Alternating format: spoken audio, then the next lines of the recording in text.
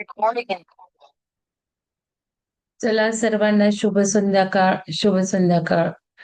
शुभ संध्याकाळ. आपण आता गुरुचरित्र अन्वय अर्थ वाचत आहोत. अध्याय 7वा वाचायचा आहे आज आपल्याला. तर अध्याय 7वा सुद्धा गोकर्ण महिमेबद्दलच आहे. तर बघा, राजाच्या ब्रह्महत्येचे निराकरण व चांडाळीच्या उद्धाराची कथा. तर विषय आहे, सर्व तीर्थे सोडून श्रीपाद गोकर्ण क्षेत्रास का गेले, असे नामधारकाने विचारल्यावर सिद्ध गोकर्ण महिमा वर्णन करतात. पूर्वी इक्ष्वाकू वंशामध्ये मित्रसह राजा राज्य करीत होता. कथा नीट ऐकली पाहिजे, तरच कथेवर जे काही विश्लेषण केलं आहे त्याचा अर्थ कळेल. आणि आता आज एक प्रयोग करायचा आहे आपल्याला. मी नुसती कथा वाचेल. या कथेमध्ये आपण हे बघा, आता गुरुचरित्र वाचताना नुसतीच कथा वाचतो, तेही श्लोकामध्ये कुठं अन्वय अर्थ असतो, कुठं काही असतं. आपण निदान गद्यात तरी कथा वाचत आहोत. तर आज सगळ्यांनी कथा ऐकायची आहे आणि त्याच्यामध्ये काय काय चुका झाल्या, म्हणजे अन्वय अर्थ करताना कुर्लेकर किती समजावून सांगतात. राजा असं वागायला नको होता, हिने असं करायला नको होतं, हे चुकलं ते चुकलं. तर ते तुम्ही सगळ्यांनी डिस्कस करायचं आहे आणि मग उद्या अन्वय अर्थ वाचायचा आहे. त्यामुळं कथा अगदी बारकाईने वाचा आणि कृपा करून ज्यांच्याकडे अन्वय अर्थ आहे त्यांनी उघडू नका, प्रामाणिक राहा फक्त कथेवरून. कारण आता आपल्याला बऱ्याच गोष्टी विचार करण्यासारख्या आपल्याला विचार करता येऊ लागल्यात. तर आपणच आपल्या विचारांचं, वागण्याचं, बोलण्याचं आपल्याला पृथ्थीकरण, अनालिसिस करता आलं पाहिजे. वागताना तर आपण चुकणारच आहोत, कारण जन्मानुजन्माचे आपल्यावर संस्कार आहेत, आपल्याला सवयी आहेत तशा, आपल्या ह्याच्यात प्रोग्राम झालेले आहेत काही गोष्टी, आणि त्या बदलायला वेळ लागणार आहे. बदलायचं तर आहेच. मुख्य अजेंडा आहे की आपल्या सगळ्या श्रद्धा बदलायच्या आहेत, आपली विचारसरणी बदलायची आहे, आपले पॅटर्न्स बदलायचे आहेत, आपले प्रोग्राम्स आपल्याला बदलायचे आहेत. पण या पॅटर्न्स, विचारसरणी, श्रद्धा, भावना या सगळ्या जर बदलायच्या असतील तर पहिल्यांदा काय चुकतं हे तरी कळलं पाहिजे ना. मग ह्या कथेचं तुम्ही लिहून ठेवा फार तर. काय चुकतंय ऐका, रेकॉर्डिंग ऐका आणि ग्रुपवर उद्यापर्यंत सांगायचं आहे ते. आणि मग आपण अन्वय अर्थ वाचू आणि मग बघू किती किती लोकांना कळलंय की काय काय वागणं चुकलंय, कोणाकोणाचं चुकलंय, काय करायला हवं होतं, असं करायला हवं होतं का, आपण तिथे असतो तो काय केलं असतं, असं तरच आपल्या या अन्वयार्थ वाचण्याचा उपयोग होईल. कारण या अन्वयार्थ वाचण्यातून नुसतं समजून घ्यायचं नाहीये, तर आपल्या जीवनात, आचरणात आपल्याला हळूहळू आणायचं आहे. म्हणून आज हे करायचं आहे. तर बघा, पूर्वी इक्ष्वाकू वंशामध्ये वित्रासह राजा राज्य करीत होता. तो एकदा शिकारीसाठी गेला असता त्याला एक अद्भुत असा दैत्य भेटला. तो भयानक आणि ज्वालाकार होता. राजाने त्याच्यावर बाणांचा वर्षाव करून त्याला मूर्छित पडले. आता राजा, नावाने लक्षात राहिली तरी चालेल. राजाला दैत्य भेटला आणि राजाने बाणाचा वर्षाव करून त्याला मूर्छित पाडले. थोड्या वेळाने तो दैत्य राक्षस मरण पावला. पण त्यापूर्वी त्याने आपल्या भावास राजाचा सूड घेण्यास सांगितले. म्हणजे बघा, आता दैत्य तर मेला, राजा क्षत्रिय असतो, त्यांचे वध राजा करतच असतात. पण त्या मरणाऱ्या दैत्यानी भावास सांगितलं मरण्यापूर्वी की या राजाचा बदला घ्यायचा, सूड घ्यायचा. तर त्याने आपल्या भावास राजाचा सूड घेण्यास सांगितले. दैत्य राक्षसाचा भाऊ मायावी होता. त्याने मनुष्य रूप धारण करून सौम्य नम्र भाषण करून राजाचा विश्वास संपादन केला. आता बघा, महत्वाचं बघा, दैत्याचा भाऊ आहे, मायावी आहे, आणि मग त्यांनी काय केलं, सौम्य रूप धारण केलं. म्हणजे बदला घ्यायचा आहे तर अगदी खऱ्या ह्यानी सामोरे सामोरे जाऊन बदला नाही घेतला, त्यांनी कपटाने घेतला. सौम्य रूप भाषण केलं, नम्र भाषण केलं, राजाचा विश्वास पण संपादन केला आणि राजाचा सेवक म्हणून तो राजाबरोबर नगरात आला. बघा, आता हे शाप पण दिला दैत्यानी. भावाला बदला पण घ्यायला सांगितलंय. आणि मग हा विश्वास संपादन केला त्यांनी. विश्वास संपादन केल्यावर राजाबरोबर नगरात आलाय. म्हणजे कोणाला कसं वागवायचं हे याच्यातून शिकतो. आपण आता अध्यात्मात आलो आहोत. आपण आपल्या वागणुकीत बराचसा बदल करत आहोत. सगळ्याच वेळेला जमेल असं काही नाहीये. कारण आपले पॅटर्न आपलं उफाळून येतच ना, अस्तित्वात काय आहे ते. आतमध्ये जे काही भरलेलं आहे ते. आपण दासबोध वाचला. स्वामींनी पण रामदास स्वामी किती वेळा सांगतात, विवेकाने वागायचं, विवेकाने वागायचं. पण आपल्याला होतं का वागणं? नाही होत. प्रत्येकाला कधी जमेल, कधी नाही जमणार. असं काही आपण प्रत्येक वेळेला जर आपल्याला जमलं ना, तसंही ते बरोबर नसतं माहिती का? दरवेळेला आपण बरोबर जर घडलो, एकदम आपल्यात बदल झाले, तर शिकणंच संपून जातं. तसंही काही उपयोग नाही. कारण आयुष्य हे आपण लर्निंगसाठी आलोय. या लर्निंगला आपल्याला जोपासायचं आहे. रोज हळू-हळू, हळू-हळू आपल्या लर्निंगमध्ये वाढ होत गेली पाहिजे. हाच मूळ अजेंडा आहे.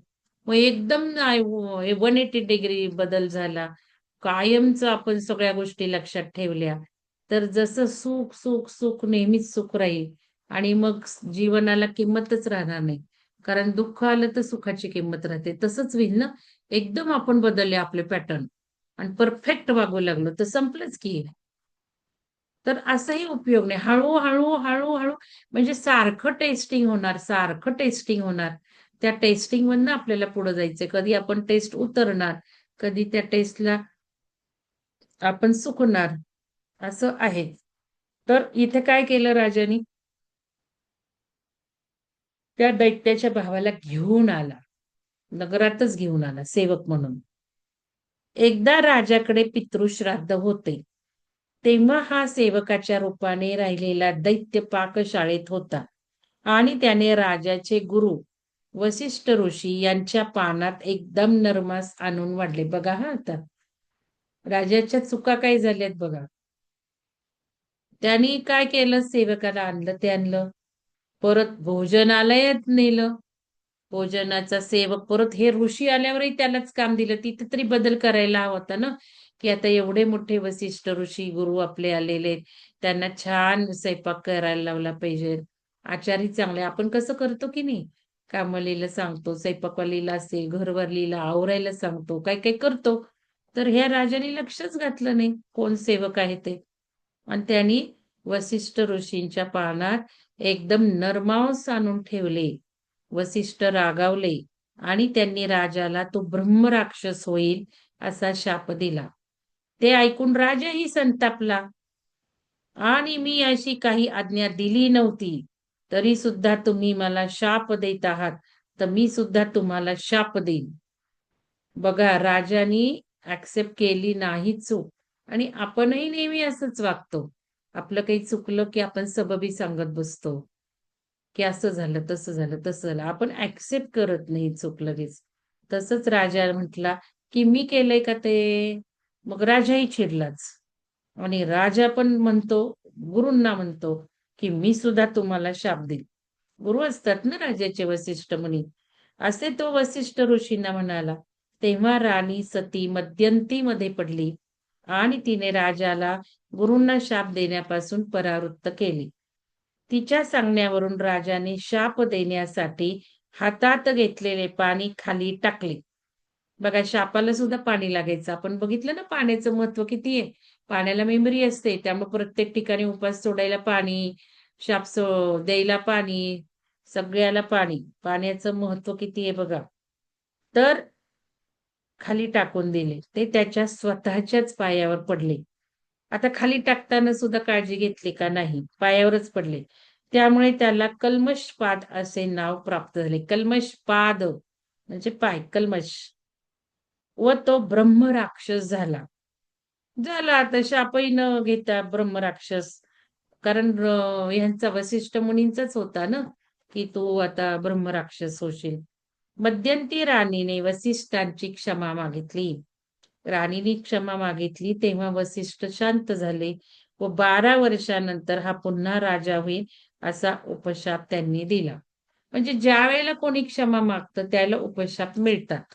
तसं राणीने मागितलं त्यामुळे तिला राजाला 12 वर्षांनी परत उपशाप दिला की तो पुन्हा राजा होईल.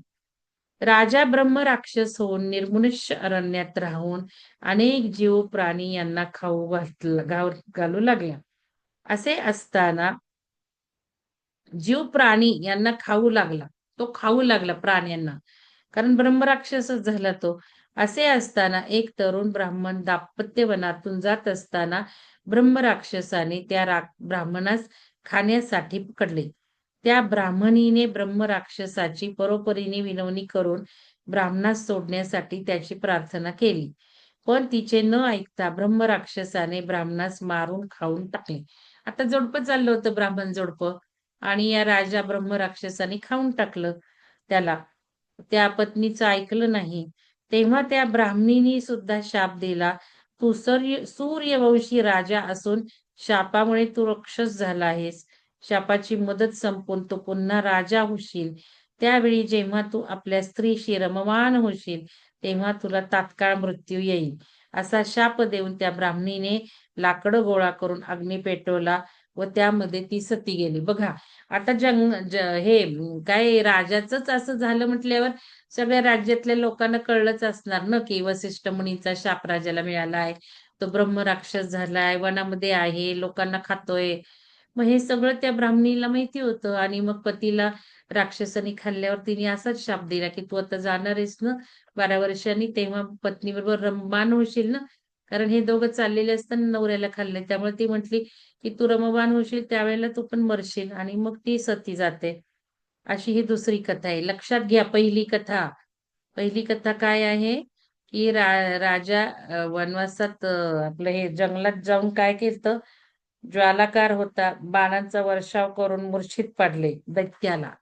पहिली कथा दैत्याला मारले. दुसरी कथा त्याला सैनिक म्हणून आणले असं हे सेवक म्हणून आणले. मग वसिष्ठ मुनी असताना आचार तो करत होता. ही दुसरी कथा. तिसरी कथा ब्राह्मणीला मारले. चौथी बघा आता. 12 वर्षाची मुदत संपून कल्मषपात पुन्हा मित्रसह राजा होऊन आपल्या नगरात परत आला. 12 वर्षाची मुदत संपून कल्मषपात पुन्हा मित्रासह राजा होऊन आपल्या नगरात परत आला. त्याने ब्राह्मणीचा शाप आपल्या राणीस सांगितला. राणीलाही दुःख झाले कारण तिला संतान नव्हते. आपल्या हातून ब्रह्महत्या घडली. त्यातून आता सुटका कशी होईल याचा विचार मंत्री, वृद्ध, पुरोहित.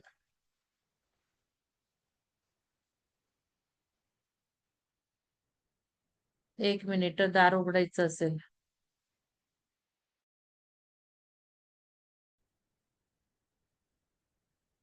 तर आता 12 वर्षाची मुदत संपून कल्मषपात पुन्हा मित्रसह राजा होऊन आपल्या नगरात परत आला. त्याने ब्राह्मणीचा शाप आपल्या राणीस सांगितला. राणीलाही दुःख झाले कारण तिला संतान नव्हते. आपल्या हातून ब्रह्महत्या घडली. त्यातून आता सुटका कशी होईल याचा विचार मंत्री, वृद्ध, पुरोहित यांच्या सल्ल्याने राजा करू लागला. अनेक तीर्थे, यज्ञकर्मे, ब्राह्मणांना अन्नदान इत्यादी उपाय त्याने केले. पण ती ब्रह्महत्या त्याच्या मागे लागली. प्रत्येक वेळा अघोर रूपाने ती ब्रह्महत्या त्याला दिसत असे व त्यामुळे तो अतिशय बेचैन, पश्चाताप आणि निराश झाला. अशा स्थितीत तो मिथिला नगरीस येऊन पोचला. तेथे गौतम ऋषींची त्यांची गाठ पडली. त्यांनी आस्थेने चौकशी केली तेव्हा राजाने सर्व हकीकत सांगितली. त्यांनी राजाला गोकर्ण क्षेत्राचे महात्म्य सांगून त्या ठिकाणी देव, यक्ष, गंधर्व, ऋषी, तापसी, मुनी, संन्यासी, ब्रह्मचारी, पितर, सिद्ध, अष्टवसू तसेच दैत्य राक्षस सुद्धा जाऊन पूजा अनुष्ठान करतात, आपापल्या पातकांचे क्षमन करतात आणि चतुर्विध पुरुषार्थ प्राप्त करून घेतात असे सांगितले. त्या ठिकाणी महाशिवरात्रीच्या दिवशी उपोषण, जागरणपूर्वक पूजा करण्याचे विशेष महत्त्व आहे असेही गौतम ऋषींनी राजास सांगितले. तेव्हा राजास पूर्वी याची साक्ष कोणास पटली ते सांगा असे म्हटले. आता काय झालं सर्व राजा करत होता पातक फेडण्याचं सगळं काम. पण काही जातच नव्हतं त्याला दिसतच होतं. मग गौतम ऋषी भेटल्यावर गौतम ऋषी गोकर्ण महाबळेश्वरला जा सांगतात. त्याची महान महती सांगतात आणि राजा काय म्हणतो, "मला साक्ष द्या कोणाची, हे कोणाला पटलं आहे आधी. याची साक्ष तुम्ही काय सांगितली, त्याची साक्ष कोणास पटलं आहे ते सांगा." तेव्हा गौतमांनी स्वतः पाहिलेली हकीकत राजास सांगितली. तीच चांडाळणीची कथा. आता गौतम ऋषी जी कथा सांगतात, ती चांडाळणीची कथा. ती आता आपण ऐकूयात. बघा हां, 3 कथा झाल्या, 4 कथा झाल्यात. आता गौतम ऋषी जी सांगतात ती चांडाळणीची कथा. आपल्याला बघायचंय प्रत्येक कथेत काय चुकलंय. कारण मग हे जेव्हा तुम्ही विचार कराल, तेव्हा मग पुढं नंतर तुम्हाला कथा कशा ऐकायच्या ते कळेल आणि मग अन्वयार्थ ऐकायचा. म्हणजे अजून आपल्याला जास्त बऱ्याच गोष्टी कळत जातील. एकदा मध्यान्ह काळी गौतम ऋषी गोकर्ण क्षेत्रामध्ये एका वृक्षाच्या छायेत बसले असता त्यांनी दुरून एका वृद्ध, अंध व महारोग झालेल्या चंडाळ स्त्रीला येताना पाहिले. तिच्या तोंडाला कोरड पडलेली होती. सगळ्या अंगावर कोड येऊन त्यात कृमी झाल्या होत्या. पू, रक्त इत्यादींची दुर्गंधी तिच्या शरीरास येत होती. कफाने गळा दाटलेला होता. तोंडात दात नाहीत. अंगावर धड वस्त्र नाही. सूर्याच्या उन्हाने प्राण कंठाशी आलेले, सर्वांग शूळ व शौच व्याधीने पीडित अशी ती स्त्री मरणोन्मुख अवस्थेत एका वृक्षाखाली आली आणि तिने धरणीवर अंग टाकले. थोड्याच वेळात तिचे प्राणोत्क्रमण झाले. तिने प्राण सोडल्यावर तेथे शिवदूत विमानात घेऊन आले. ते बलाढ्य असून त्यांच्या हातात त्रिशूळ, खडाग, टंका, युध इत्यादी आयुधे होती. किरीटकुंडले धारण करणाऱ्या त्या शिवदूतांची अंगकांती चंद्राप्रमाणे स्वच्छ होती. ते 4घे होते. त्यांनी आणलेल्या विमानात सूर्याप्रमाणे तेज फाकले होते आणि सर्वात विचित्र म्हणजे त्यांनी ते विमान चांडाळीसाठी आणले होते. गौतमांनी शिवदूतांना आश्चर्याने विचारले की अशी पापणीला शिवलोकात कसे नेता? हिला शिवाचे ज्ञान नाही, हिचे काही तपाचरण नाही. शिवपूजन, पंचाक्षरी, शिवमंत्राचा जप, उपोषण, ज्ञान, यज्ञ काहीच नाही. पूर्वजन्मी अर्जित केलेले केवळ पापच रोगाच्या रूपाने जीव हिंसा, पशु मांस आहार इत्यादी कर्माच्या रूपाने सगळे या जन्मीचे व पूर्वजन्मीचे पापच दिसत असताना हिला तुम्ही विमानातून शिवलोकात नेता हे कसे काय? तेव्हा शिवदूतांनी चांडाळीचा पूर्ववृत्तांत सुरुवातीपासून सांगितला. कळलं का तुम्हाला आता काय काय झालं बघा. आता ही चांडाळणी मरते पण तिला एवढं शिवचं विमान घ्यायला येतं. त्यावेळेला विचारलेलं आहे की कसं काय हिला हे सगळं होतंय. शिवलोकात विमानातून कसं काय हिला नेता? त्यामुळं आता परत सांगतायत काय आहे ते बघा.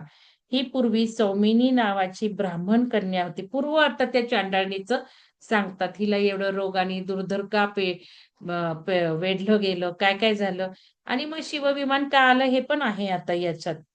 ही पूर्वी सौमिनी नावाची ब्राह्मण कन्या होती आणि चंद्राप्रमाणे सुंदर होती. उपवर झाली तेव्हा तिला अनुरूप वर मिळेना. तेव्हा आई-वडिलांनी तिचे लग्न एका ब्राह्मणाशी विधीपूर्वक लावून दिले. पण प्रारब्ध योगाने काही दिवसातच तिचा पती निधन पावला. ही स्त्री त्यावेळी तरुण होती आणि तिला काम मदाने ग्रासले होते. त्यामुळे तिचे मन चंचल होऊन ती परपुरुषाशी गुप्तपणे जारकर्म करू लागली. ते तिचे पाप प्रकट झाल्यावर घरच्या लोकांनी तिला वाळीत टाकले. तेव्हा ती निशंकपणे उघड व्यभिचार करू लागली. एका वैश्येच्या घरीच ती राहू लागली व त्याच्यापासून तिला पुत्रही झाला. नित्य मांसाहार, मद्यपान करावे असे तिचे वर्तन सुरू झाले. एक दिवस तिने मद्याच्या धुतीत असताना बकरा समजून गायीचे वासरूच मारले. म्हणजे काय काय पाप झाली त्या चांडाळणीकडनं परपुरुषाशी हे आणि नंतर आता गायीचं वासरू मारलं. वासराचे मांस शिजवून स्वयंपाक केला. दुसऱ्या दिवशी खाण्यासाठी वासराचे शीर शिंक्यावर ठेवले. संध्याकाळच्या वेळी सावध झाल्यावर गायीची धार काढण्यासाठी वासरू शोधित असताना वासराचे शीर शिंक्यावर पाहून त्याच्या हातून काय घडले हे तिच्या लक्षात आले आणि तिला पश्चाताप झाला. आपल्या हातून अज्ञानाने काय पाप घडले याची तिला जाणीव झाली आणि शिव शिव शिव असे उद्गार तिच्या तोंडून निघाले. पण ती वेळ निभावून नेण्यासाठी तिने वासराचे शीर जमिनीत पुरून टाकले आणि वासरू वाघाने खाल्ले असा कांगावा केला व सर्वांपुढे रडण्याचे नाटक केले. त्यानंतर कित्येक दिवसांनी ती मरण पावली असता तिला यमदूतांनी नरकामध्ये टाकले आणि अनेक दुःखे भोगल्यावर तिला चांडाळीचा जन्म प्राप्त झाला. जन्मताच आंधळी, विद्रूप, काळ्या वर्णाची अशी ती होती.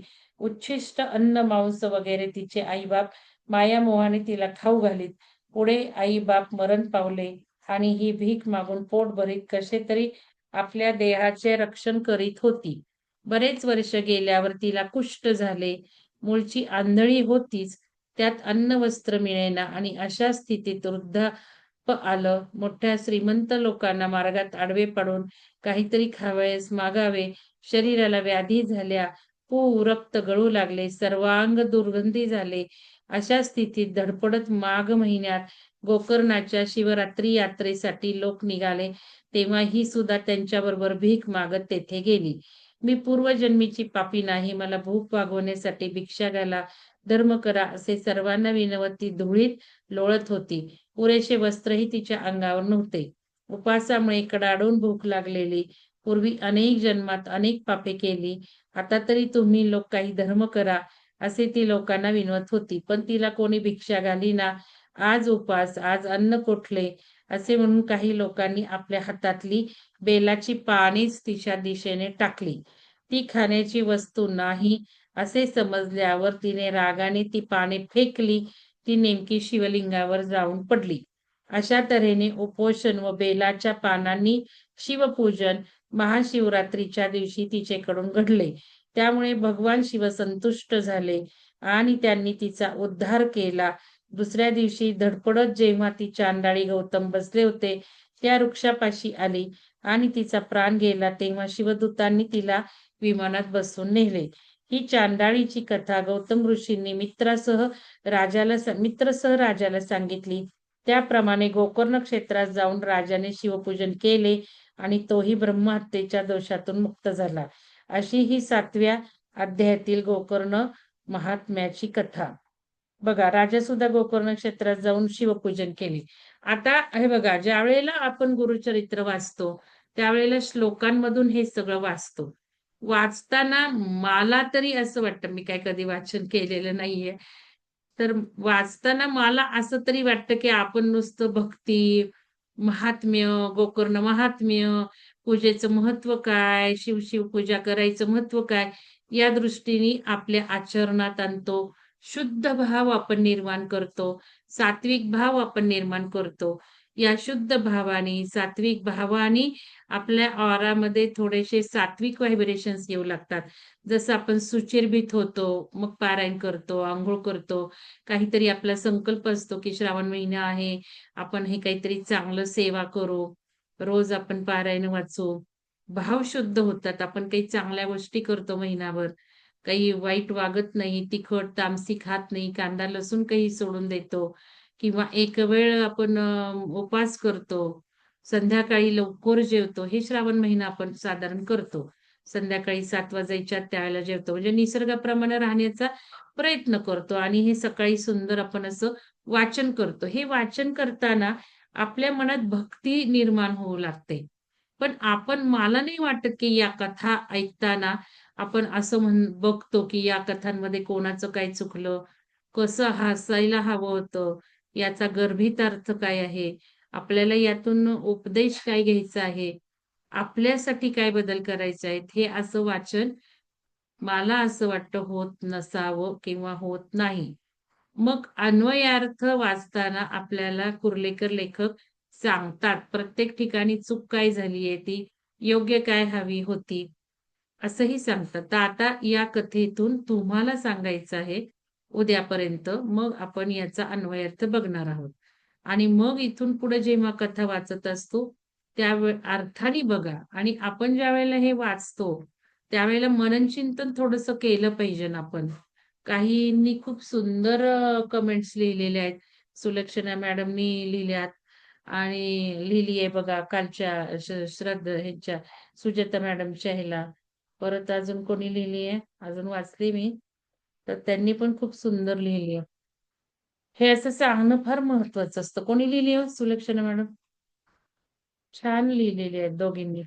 तर दोघींनी त्या ग्रुपवर टाका. कारण काय आहे, ग्रुपवरचे लोक नुसते बसतात कार्यक्रमाला, कोणी झोपून ऐकतं, कोणी कसं ऐकतं. तर ह्याच्यामध्ये कमेंट ऐकणं फार गरजेचं आहे, हे वाचणं गरजेचं आहे. त्या दोघींना मी सांगते की तुम्ही ग्रुपवर टाका. सुजाता मॅडमनी जो काही अध्याय घेतला तो. तर म्हणून मग मी असा विचार केला की आपण हे थोडीशी सवय लावली पाहिजे. कथा ऐकायच्या नाही येत नुसत्या. तर त्याच्यावर आपल्याला सुद्धा बघता आलं पाहिजे आणि आपण ते मनात ठेवलं पाहिजे. तर हे आज करा आणि फार थोडेसे सहभाग घेतायत. तसं करू नका तुम्ही. एक वाक्य तरी लिहा. भलं लेखन क्षमता नसेल, विचार करण्याची क्षमता नसेल, पण एक तरी तुम्ही घालू शकता. राजाचं काय चुकलं? त्या चांडाळणीचं काय चुकलं? तिला का बरं हे दुःख भोगायला लागलं पुढच्या जन्मात? मागच्या जन्मी तिने काय काय उपद्व्याप केले? आपल्या धर्मात काय सांगितलंय? आपण जर असं वागलो तर आपल्याला पुढच्या जन्मात भोगावं लागणार आहे. या गोष्टी जर आपण मनात ठेवल्या तर उपयोगी या चरित्र वाचण्याचा. नाही तर काय वाचन आहे वाचन आणि नुसता भक्तिभाव इथपर्यंत हे मर्यादित नाही आहे. यातून आपल्याला बोध घ्यायचा आहे. म्हणूनच ज्ञानबोध कार्यक्रम आहे आपला. आपण पुस्तक वाचन म्हणत नाही. पुस्तक विश्लेषण म्हणतो. पण ज्ञानबोध, बोध घेतलाच पाहिजे. हा प्रत्येकाचा बोध वेगळा वेगळा असणार आहे. त्यांना त्यांच्या जीवनात काय काय घ्यायचं आहे. उदाहरणार्थ असं आता हिला भिक्षा कोणी देत नाही. सगळे तर चालले गोकर्ण महाबळेश्वरला शिवाची पूजा करायला. पण या भिकारणीकडे बघत नाहीत. मग तिथे तिला जे काही बघितलं नाही तर काहींनी ते बेलाचीच पानं दिली. असं करायला पाहिजे का? मग तिने पण ती बेलाची पानं फेकून दिली आणि ती नकळत त्या शिवलिंगावर पडली अशी ही कथा आहे. त्यामुळे तिला शिवविमान घ्यायला येतं. तर आता कोणाला काही विचारायचंय का? कोणाला काही शंका आहे का? मॅडम मला मला हा एक विचारायचं होतं, म्हणजे ह्या संदर्भात नाही. हम्म आपला जो विचारा ऑक्टोबर ना मध्ये काहीही तुम्ही जे विचारा. हा ऑक्टोबर मध्ये जो आपण प्लॅन केलाय ना, शिवसूर्योदय शास्त्राचा, तर तो पहिला माझा मी तिकडे येऊन केलाय कोर्स. तर मग पुढचे जर करायचे असतील 2, 3, 4, तर त्याच्यासाठी काय करायला लागणार आहे? म्हणजे कसं करायचं, म्हणजे मला आता कुठल्या, नाव कारण द्यायचं आहे. हा हा आता नाव द्यायचंय. आता हे बघा शिवसरोदय ग्रुपवर 18 लोक झालेत भाग 4ला कोजागिरीला. मला ना आणि तिथे ऍडमिन ओनली सेंड असं आहे. माझ्याकडे 3 शिवस्वरोदय शास्त्र असा माझा ग्रुप दिसतोय माझ्या नाही मोबाईल मध्ये. तुम्हाला मी ऍड करते झिरो नंबर हा मध्ये. हा झिरो चालेल. नंबर मध्ये तुम्हाला मी ऍड हा करते. आता सगळ्यांनी ऐका. हं, शिवसरोदय ग्रुपवर 65 शिवसाधक झालेले आहेत. हं, ज्यांना इंटरेस्टच नाही मी त्यांना काढून टाकलं होतं. पण मी हं, आज दिवसभर एक 6-7 लोकांना फोन केले, की मला वाटते नाही या लोकांना ओढलं पाहिजे. त्यांना मी स्वतःहून फोन केले. मी म्हटलं शिवसरोदय ग्रुपला जॉईन व्हा. आयुष्य बदलाचं शास्त्र करा. तुमच्या जीवनात तुम्हाला अडी-अडचणी आहेत त्या सोडवा. नवीन साधकांना मी मार्गदर्शन करते. तुम्ही पण या. मी काहींना तारखा वाढवून दिल्या. मी त्यातले 1-2 म्हटले, "तुम्हाला कसं कळतं?" म्हटलं, "मला सगळं कळतं." तर त्यामुळं तुमचं पण श्रद्धा मॅडम मला असं वाटलंच होतं, की तुम्ही शिवसरोदयला जॉइन व्हावं. कारण काय तुम्ही केलेला आहे भाग 1 आणि हं, प्रत्येकाचे जे मार्ग मला दिसतायत ना, हं. त्याच्यावरनं तुम्ही लक्षात घ्या शिवसरोदय शिकणं फार गरजेचं आहे. कारण आपण यातून खरी साधना आता करायला लागलेलो आहोत. खरी ओके. साधना. तुम्हाला मी मटेरिअलिस्टिक दिलं, तुम्हाला मी काय हवं ते मिळवायचं दिलं. आता जे हं, पहाटेचे ध्यान आहेत, ते सगळे त्या प्रकारचे ध्यान आहेत. आता हे झालेले आहेत. ऊर्जा बिल्ड करून झालेले आहेत. आपण आयुष्य बदललो आहोत किंवा आपल्या लक्षातही राहिले आता ते कसं बदलायचं. मग हं, अध्यात्माकडे वळायला नको का? मग अध्यात्माकडे वळताना खरं ध्यान नको का घटायला?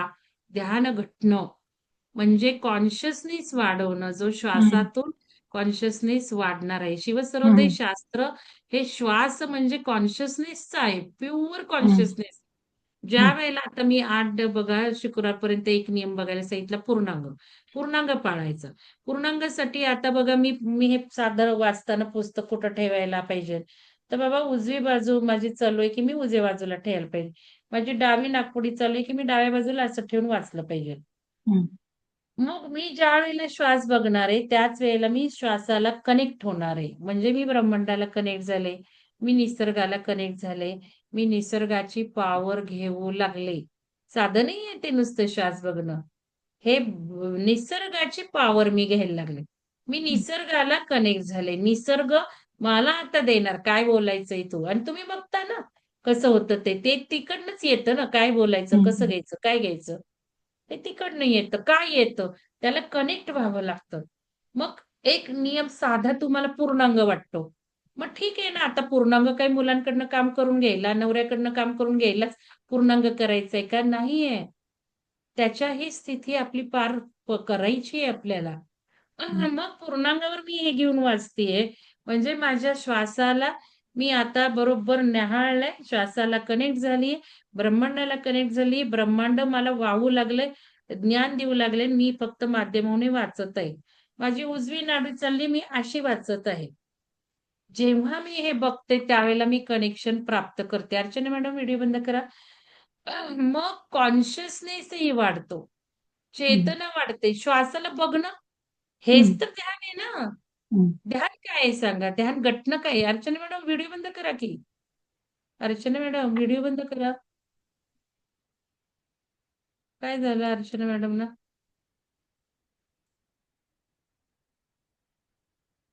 तर हाच तर ध्यान प्रकार आहे ना. श्वासाला बघणं, मृदुला मॅडम बंद करा. श्वासाला बघणं, श्वासाला कनेक्ट होणं हेच तर ध्यान आहे ना. मग ध्यान काय फक्त असं बसून गाठवायचं असतं का श्वासाला बघत? हळू-हळू, हळू-हळू आपल्या जीवनात प्रत्येक क्षण आपण ध्यानी झालो पाहिजे. मग हे शिवसर्वोदय शास्त्र ते करणार आहे. नियम पाळणं म्हणजे आपण खूप हायर लेव्हलला जातो श्वासाला बघून, श्वासाला बघून. म्हणजे निसर्गाला कनेक्ट होण्याचं हे शास्त्र आहे. तर माझ्या सकाळीच मनात विचार येऊन गेला, की त्या स्नेहा सावंत मॅडमना मी फोन केला. मी त्यांना काउन्सिलिंग मी केलं काय अर्धा तास. ऍक्च्युली ना मॅडम, मला तो जुलै ऑगस्टचा जो होता ना, नाही का, 10 जुलै आणि 1, 2, 3 ऑगस्ट आपण घेतला तिकडे हां, पिरामिडला. तर मी हां. 10 जुलै पासून गावाला होते, ती मी 3 ऑगस्टला आलीये पुण्यात. आणि आले ते आणि राहू मी द्या लगेच ना, ते आपलं हा. सगळं राहू द्या ना. त्यामुळे ते तुमच्या गेलं. दर्शनच्या तर आता निमित्ताने मी म्हटलं सगळ्यांनाच बोलतीये हा ना, असं काही हा नाही. हा हा. तर म्हणून मी सगळ्यांना मी म्हटलं सांगते. मग मला त्या ग्रुपमध्ये ऍड करून घ्याल, म्हणजे मग मी करणार आहे तिथे ना मग. नाव. मी हा. सकाळीच सांगते तुम्हाला कनेक्ट करायचं का नाही व्हावं हे एकदा विचारावं. मनात हा. विचार आलेला आहे. स्नेहा सावंत मॅडमना सुद्धा मी फोन केला, काउन्सिलिंग केलं. म्हटलं मी ऍड करतेय. परत जागे व्हा आता आणि परत हे करायला लागा. मग त्यांना मी आयुष्य बदलाचंही करायला सांगितलं. काही लोकांना मी वाढवून दिलं फोन करून. आणि मग त्यावेळेला तुमच्या मनात तुमचा विचार आला, त्यामुळे तुम्ही विचारताय. अजून हम्म. 1-2 जणांचं मला मी वाटलं मनात आलं, तर त्यांनी 1-2नी मला स्वतःहूनच विचारलं. काही लोकांना मी अजून जॉइन केलं नाहीये. कारण नको त्या लोकांना मी कशाला जॉइन करू? बघा तुम्ही ग्रुपवरच बघा, की त्या मॅडम म्हणतात मला जॉइन करा आयुष्य बदलायचे. म्हटलं मीटिंगला का नाही आला? काय केलं? मला नाही इच्छा त्यांना जॉइन करून घ्यायची. कारण काय कॅटेगरीज असतात. उगाचच किती 2-2 हम्म. वर्ष तुम्हाला वेळ द्यायचा आणि तुम्ही 2-2 मिनिटांनी पुढे जाणार का? तर या गोष्टी मी तुम्हाला ॲड करते. आणि हम्म. आता 18 लोकांनी भाग 4 ला नाव दिलं. भाग 1 आणि 2 ला 1 ला तर देणं शक्यच नाही. शिवसर्वोदय वरचंच मी नावं बघितली. तर त्याच्यात भाग 2 ही कोणी दिलं नाही. याचा अर्थ कोणाला पुढं हालायचंच नाहीये. मी डिक्लेअर करून टाकलं फक्त भाग 4 होईल. हम्म. 18 कोजागिरीला फक्त भाग 4 होईल. हा मी आजच डिक्लेअर केला.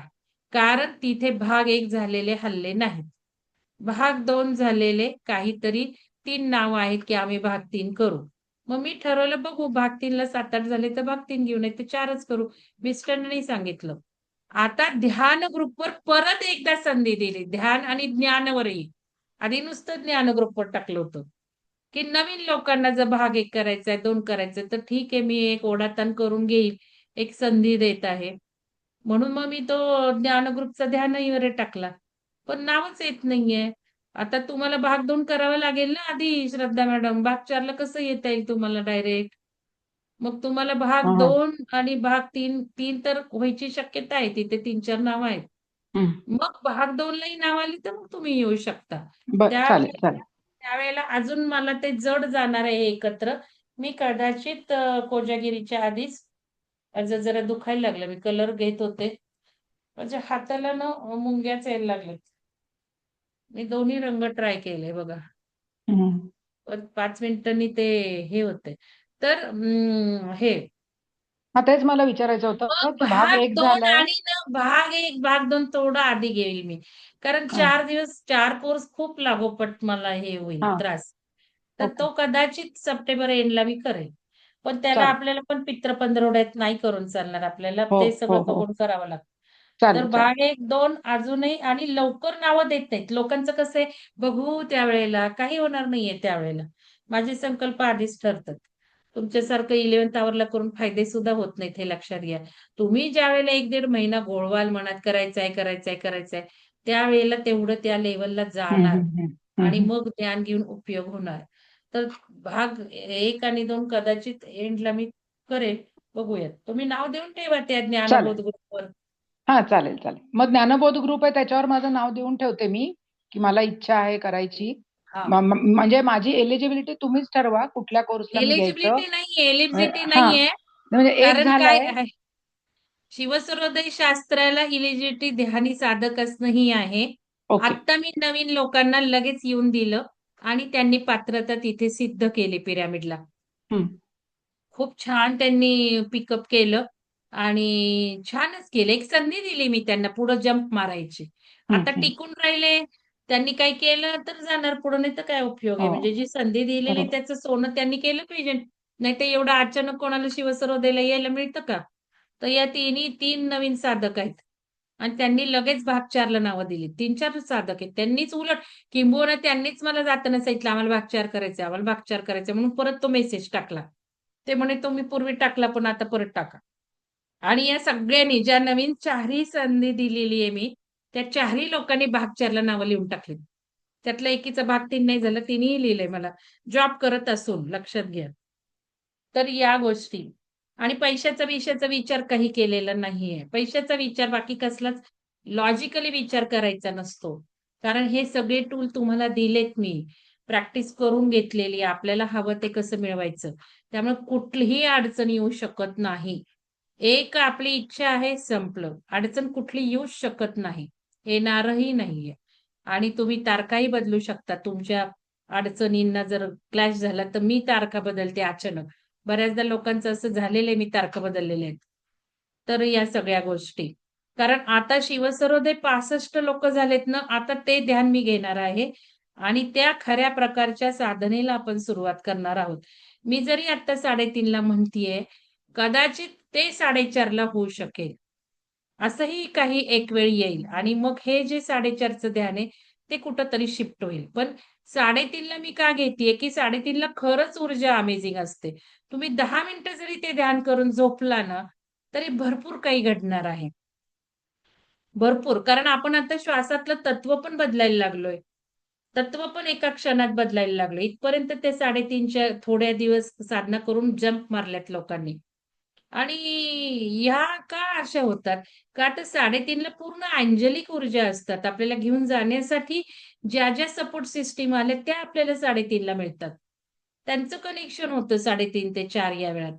म्हणून ते एक 5-10 मिनिटं का होईना उठून बसणं करण्याची गरज असते. तर हे महत्वाचं आहे.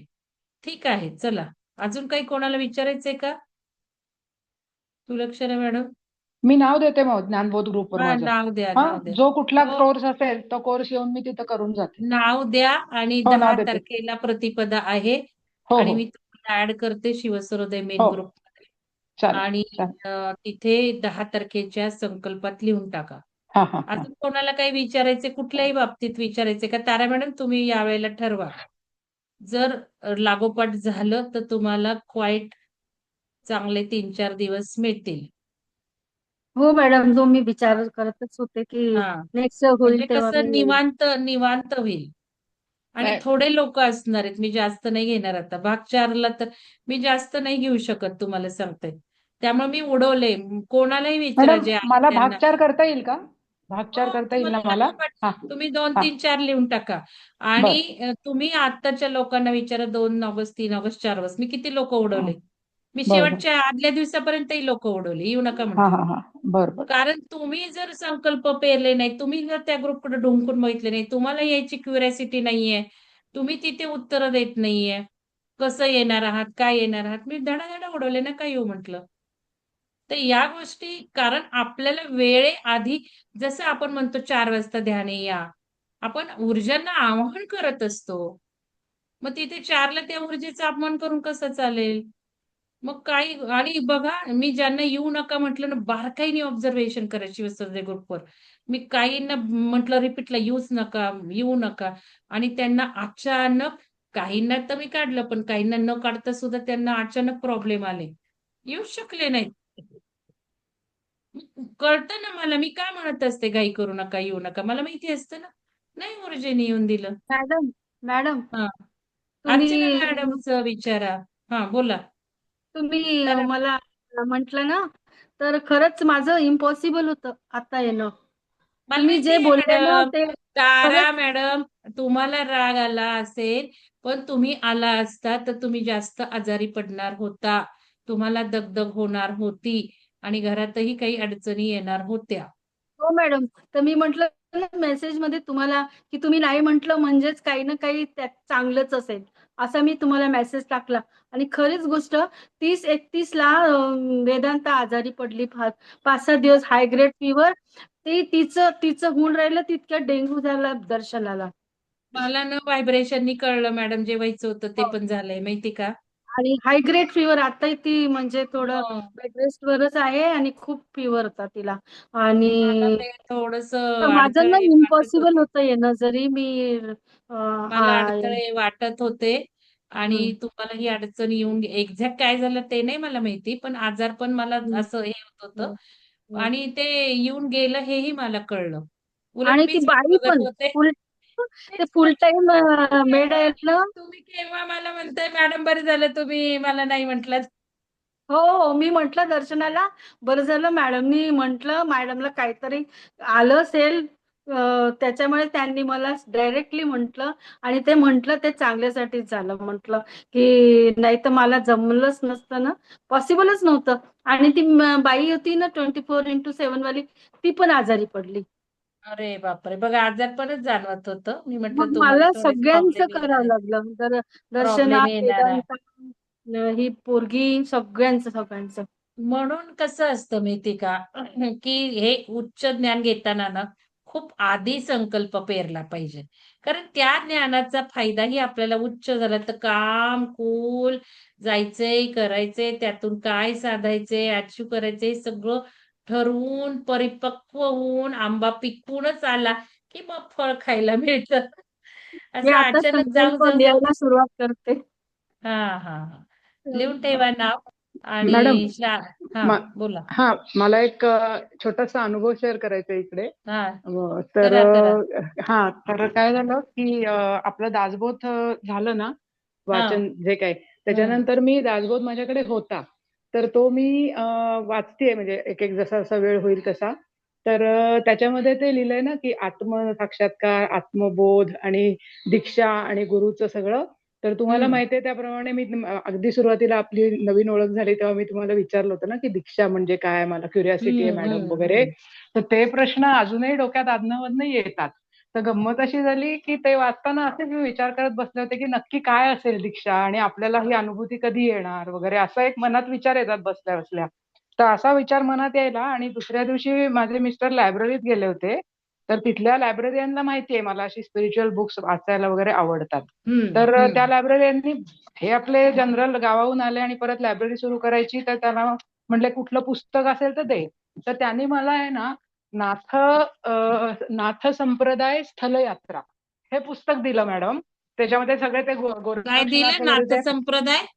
नाथ संप्रदाय थांबा एक मिनिट नाथ संप्रदाय स्थल यात्रा तो ते पुस्तक दिलं त्या माणसाला काही म्हणजे माझ्या मिस्टरांना काहीच माहिती नाही कारण ते काही अध्यात्माचं फार नाहीये आणि ते पुस्तक मॅडम मी वाचायला सुरुवात केली त्याच्यामध्ये हं. सगळे जे हे नाथ संप्रदायाचे नाथ होऊन गेले ना मच्छिंद्रनाथ हो, गोरखनाथ आता हो, आपले हो. आदित्ययोगीनाथ तर हं. त्याच्यामध्ये संपूर्ण वर्णन आहे दीक्षा देताना आणि किती कठीण आहे त्या संप्रदायाची दीक्षा आपण आपलं म्हणतो की हे करायचंय आवडतंय वगैरे तर ते सगळे माझे प्रश्न ना असे अचानकपणे सॉल्व्ह झाले ते पुस्तक वाचायला आता मी घेतलंय हळूहळू वाचतेय तर म्हणजे आणि नंतर लक्षात आलं की साईबाबा पण त्याच संप्रदायातले आहेत नाथ संप्रदाय हो, हो. हा आणि हा तर ते माझ्यावर पण दीक्षा माझ्यावरही दीक्षा त्यातील एकाची झालेली हा आहे हा आणि हा हा हे नाथ संप्रदायाचं वाचायला घ्यायचं हे मी कित्येक दिवस म्हणत आहे. हा कोणी हा हा पुढंच हा येईना. आता हा सुद्धा हा हा पिरॅमिडमध्ये मी घेऊन गेले होते मागं, की हा हे हा घ्या कोणीतरी, पण कोणी आलंच नाही पुढं. हा आणि हा आता सुद्धा पुस्तकं नेताना मला वाटतच होतं, जसं मी हा नीता मॅडमना गजानन विजय दिलं, हा हा हा तसं त्यावेळेलाही मला वाटलं होतं नाथांचं हा अजून वाचायचंय. हा हा हा पण हा कोणी येत नाहीये नाही पुढे, त्यामुळे मी नाही परत ते ठेवून ऍक्च्युली दिलं. नाही. आणि मग नंतर माझ्या लक्षात आलं की आदल्या दिवशी माझ्या मनात तो विचार यायला, दुसऱ्या दिवशी माझे मिस्टर लायब्ररीत जायला, त्या माणसाला काही माहिती नाही की हे प्रश्न माझ्या मनात असतील, आणि पुस्तक दिलं. मी अक्षरशः माझ्याकडे ती साईबाबांची ही आहे, डोळे आहेत ज्याच्या पुढे मी ओपन आईज मेडिटेशन करते, त्यांचं ते म्युझिक लावून. अक्षरशः मी त्या फोटो पुढे उभे राहिला, म्हटलं बाबा तुम्हीच, तुम्हाला कळलं आणि हे पुस्तक दिलं. इतकं डिटेलिंग याच्यामध्ये आहे दीक्षेचं, आणि ते खूप आहे. म्हणजे कान कापून वगैरे काय काय ते खूप म्हणजे असं भयानक आहे की ते सहनच होणार नाही. म्हणजे तुमची तेवढी पात्रता असल्याशिवाय तुम्ही तो विचार पण करू नये. म्हणजे मला जे सारखं डोक्यात येत होतं ना की आपण पण दीक्षा घ्यावी का काय, दीक्षा घ्यावी की काय, ते वाचून इतकी घाबरले मी. मी म्हणते जाऊ दे, आपलं सध्या जे चाललंय मंगल मॅडम बरोबर कोर्सेस करणं आणि वेगवेगळं ऐकणं, आपली तेवढीच पात्रता बहुतेक आहे. पण खूप त्याच्यामध्ये डिटेलिंग आहे, म्हणजे नाथ संप्रदायातलं दीक्षेचं वगैरे तेच वाचायला घेतलंय मी. पण ते मध्ये मध्ये काय बाहेर जाणं असतं, हे ते योग जाते. असतात, योग. हो हो योग असतात, बरोबर बरोबर. तर ते, आणि आणि दुसरं ते एक सांगायचं म्हणजे योग आले ना की हा हा आपोआप होतात. हा हा हा आपोआप आणि होतात, नकळत आणि होतात. दुसरं एक सांगायचं होतं की आपल्याकडे बघा, मी आले होते सुदर्शन पिरामिडला तेव्हा ते शंकराची तुमची मूर्ती आहे ना आपली छान, पार्वती आणि गणेशाची. तर तिथे नमस्कार केल्यानंतर झालं होतं. तर आता मी गावावर जाऊन आले आणि मेडिकल शॉपमध्ये असंच गेले होते, तर तिथे माझ्या मैत्रिणीच्या मिस्टरांनी मला अचानक अमरनाथचा ते खडीसाखरेचा प्रसाद दिला आल्या आल्या. म्हणजे हम्म. मला ते तुमच्या इथे पण सुदर्शन पिरामिडला पण ते हे झाले होते ना व्हायब्रेशन्स त्या मूर्तीकडे बघून. तर मी म्हटलं कसले जबरदस्त योग आहेत श्रावण महिन्यात अमरनाथाचा. आणि तुम्ही हे जे म्हटलं पुस्तकाचं लगेच आणलं मिस्टरनी, अहो हे फार सहजतेने चाललंय बरं का, की मनात आलं की त्या गोष्टी पुढचे लोक करतायत. हेच तर ते महत्व आपण जाणून घेतलं पाहिजे. हे खूप फास्ट स्पीडने होणार आहे आता. चला, अजून कोणाला काही बोलायचंय का? धन्यवाद श्रद्धा मॅडम, अनुभव शेअर केल्याबद्दल. हा मी नाव देते, मग तो ग्रुप हा ओपन द्या, केला की नाव देते. द्या तारा मॅडम, तुम्ही पण द्या. अजून कोणाला बोलायचंय का? मॅडम मी देऊ हो नाव? मॅडम. तुम्ही द्या, भाग 2 ला द्या तुम्ही. हा हम्म. तुम्हाला मी वेबसाईट वरच करा म्हटलंय, मोफत तुम्ही केलेला आहे. व्हिडिओ हा बघून घ्या काही असेल तर. हो मॅडम. आणि आता भाग 1 ज्यांनी केलेला आहे त्यांना मी फ्री हा केलंय, पटकन 5 मिनिटात रजिस्टर करून घ्या. ज्यांनी केलेला आहे भाग, श्रद्धा मॅडम करून घ्या जरा free registration. Website were free केलाय भाग 1. कुठला?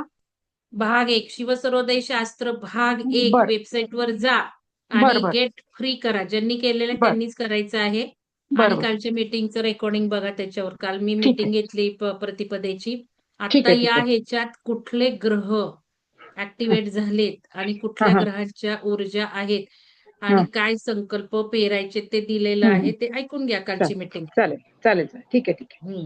ओके. मॅडम ज्यांचं राहिलं आहे रजिस्ट्रेशन त्यांनी पटकन 5 मिनिटं ठेवणार आहे अजून मी. हा बोला अर्चना मॅडम, बोला. मला फोन करायचा आहे, कधी करू मॅडम? करा आता 5 मिनिटांनी करा. सुजाता मॅडम काय चालतंय. बोलायचे, अनम्यूट दिसताय. हा मॅडम, हा हिरण्यगर्भ मला पुस्तक मिळू शकेल, माझ्या मैत्रिणीकडे आहे. आणि मी तसा मेसेज पण टाकलाय ग्रुपवर की मी वाचायला आवडेल वाचाल मला का जरा हिरण्यगर्भ. उद्याचा दिवस? काय म्हणताय तुम्ही, अ, कुठलं पुस्तक आता मिळालंय? नाही, हिरण्यगर्भ. हिरण्यगर्भ पुस्तक आहे की माझ्याकडं, पण हा, हिरण्यगर्भ नाही मग घ्यायचं तेच अजून, तुम्ही ते मध्ये खूप विचारलं हायर आहे. होतं ना. अजून ते हायर आहे. ठीक आहे, बघूयात आपण. आता हा, हे सगळ्या नंतर घेऊया लोकांनी आपण. लोकांनी पुस्तकं नेली आहेत ना, ती वाचायची आहेत. आता मी आज शुभांगी मॅडमने टाकलंय ते अंतरीचं मागोवा घेतात का, त्यांचं उत्तर नाही आलं. आणि पिरॅमिडला लोक घेऊन गेले, ती पुस्तकं लावायची आहेत आता, कारण ती चांगली महत्वाची आहेत. हिरण्यगर्भ थोडं अजून अवघड जाणार आहे आता या लेवलला. बघूयात कधी घ्यायचंय ते. तर ठीक हो आहे, हो, चला. चालेल मॅडम. वाचून मॅडम घ्या तुम्ही. भाग 2 करायचा आहे ना, 2 आणि 3. तुम्हाला भाग 1 पण करायचंय तारा मॅडम. ओके. हो तुम्ही कुठं भाग एक केलाय? भाग एक करायचंय कंपल्सरी. ऑनलाईन केलंय त्याला काही अर्थ नाहीये. हो मला भाग वाटलं एक झालाय ऑनलाईन नाही असं नाही, वाटलं. ऑनलाईन गृहीत धरतच नाहीये आपण. अच्छा अच्छा ओके कारण भाग एक हा तिथे पिरॅमिडला येऊन करण्यामध्ये खूप हे आहे, फरक खूप आहे. कारण ऑनलाईन मी घेतले ते किती श्लोक घेतले, थोडे श्लोक घेतले. आपण आता डिटेल बघतोय ना. आणि तत्वांवर जवळजवळ 80 ते 100 श्लोक आहेत भाग 4ला. त्यामुळे भाग 4 2 दिवस चालणार आहे. तुम्हाला भाग एक कंपल्सरी करा, पुढचं तुम्ही ठरवा. भाग एक गरजेचं आहे सगळ्यांना.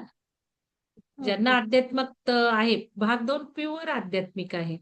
चक्रा, मुद्रा, बंध म्हणजे अध्यात्म प्लस हठयोग. योगाचं सुद्धा कॉम्बिनेशन जबरदस्त चाललंय आपल्या लक्षात घ्या. भाग 2 पासून. भाग 2 काय, भाग 3 काय, भाग 3 मध्ये दशप्राण, बंध, मुद्रा आणि नुसत्या हठयोगातल्या मुद्रा नाहीत, तर 12 DNA लेअर ऍक्टिव्हेशन मुद्रा आणि प्लस एनर्जी बॉडी बिल्डिंग मुद्रा, असं त्या भाग 3 मध्ये कॉम्बिनेशन आहे. म्हणजे सुंदर योग आपण आता आचरणात आणायला लागलोय. आणि शिवसूर्योदय म्हणजे तंत्र योग आहे तो. त्यामुळं भाग 2, भाग 3 हे प्युअरली आध्यात्मिक. भाग 1 ठीक आहे, सगळं जनरलाइज जीवनाचं आहे. कामं कशी करावी, काय करावी, कामाचा सक्सेस कसा मिळेल. मेन आपण ध्यानी बनणार, श्वासाला बघणार सारखं, निसर्गाला जोडणार. भाग 4 म्हणजे आता आरोग्याचं सुद्धा येईल. हे पंचतत्व आणि पंचतत्व जाणून कर्म कशी करायची ते. त्यामुळे ते 2 दिवस ठेवले. डिटेलमध्ये आपण बघणार आहोत. भाग 4 आरोग्य प्लस मटेरियलिस्टिक असं असणार आहे. भाग 5 नक्षत्र वगैरे ऍस्ट्रॉलॉजिकल घ्यायचंय आपल्याला. तर ठीक आहे, चला धन्यवाद सगळ्यांना. धन्यवाद, हॅलो धन्यवाद, मॅडम. धन्यवाद. हा बोला, धन्यवाद मॅडम. बोला. हा मॅडम ते ह्याचं मेंबरशिप घेतलेलं आहे तर रजिस्टर तरी करावं लागेल का भाग एकला? मेंबरशिपला सगळे कोर्सेस नाही आहेत, लक्षात घ्या. हा मेंबरशिपला शिवसूर्योदय नसणार आहेत. मी ज्यांनी हम्म. केला त्यांना मोफत देते. शिवसूर्योदय कधीच तुम्हाला वेबसाईटवर मिळणार नाहीये, ऑनलाईन मिळणार नाहीये.